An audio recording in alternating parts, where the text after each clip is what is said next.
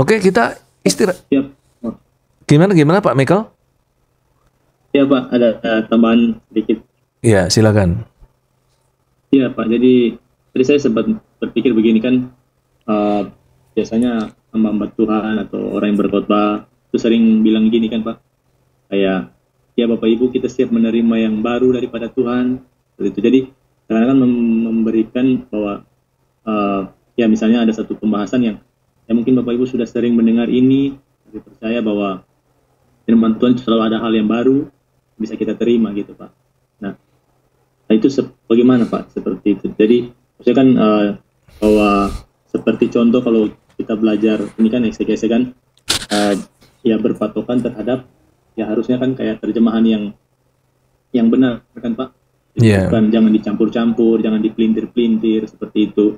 Kayak tadi di Roma 1 ayat 16 itu yang dalam bahasa aslinya itu aku tidak malu karena Injil, tapi dalam terjemahan Indonesia tercantum keyakinan yang kokoh kayak seperti itu. Jadi kita sudah tahu sebenarnya terjemahannya yang pasti seperti itu, kayak tadi juga yang Pak Ronald sudah sampaikan tentang yang berkelompok gitu kan, bukan bertarung sendiri. Bagaimana dengan pandangan itu Pak? Jadi kayak kami pun kalau mau menggali firman Tuhan ya, kalau misalnya kami sudah hal yang sudah disampaikan sama Pak Ronald ini juga yang sudah menjadi acuan nih, sudah menjadi acuan. Kira-kira kalau dalam pandangan itu tadi Pak, hal-hal yang baru di dalam firman Tuhan atau firman Tuhan itu akan memberikan satu hikmat yang baru atau apa yang baru gitu, itu seperti apa Pak? Oke, jadi gini, kalau ada prolog-prolog seperti itu dari seorang hamba Tuhan, saudara-saudara seperti tadi yang dicontohkan ya, saya akan menyampaikan firman Tuhan. Mungkin hal ini terdengar seperti sudah saudara dengar, tetapi percayalah bahwa saya akan menyampaikan sesuatu yang baru. Misalnya begitu ya. Tetapi kalau memang tidak ada yang baru, jangan bilang baru. Kecuali memang di dalam penggalian kita, memang ada sesuatu yang baru, yang belum pernah didengar oleh jemaat, kita boleh bilang begitu.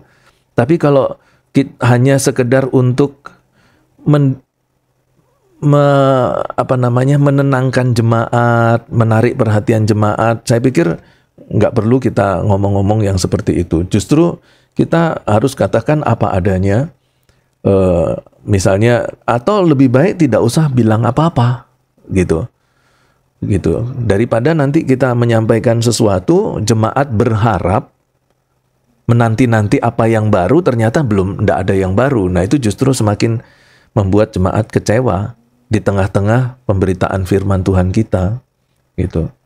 Kecuali memang sudah dalam pemahaman eksegese kita lihat, oh ini memang baru, ya, dan belum pernah, saya sendiri pun belum pernah menemukan ini dan saya baru ketemu ini, gitu ya.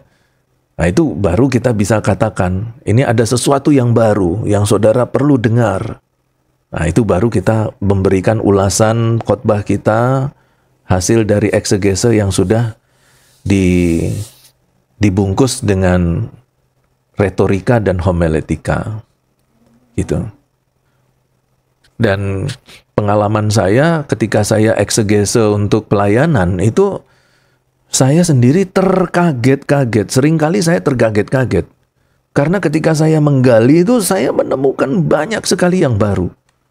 Dan beberapa yang baru yang saya sampaikan kepada saudara itu bukan karena saya baca dari buku teologi ya, bukan ya. Semua itu hasil dari eksegese. Bahkan selama saya baca buku-buku teologi, statement-statement yang saya sampaikan di kelas itu tidak pernah saya ketemukan.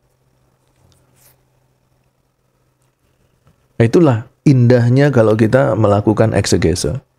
Nah, kalau memang yang seperti itu, kita berkata seperti itu, Pak Michael.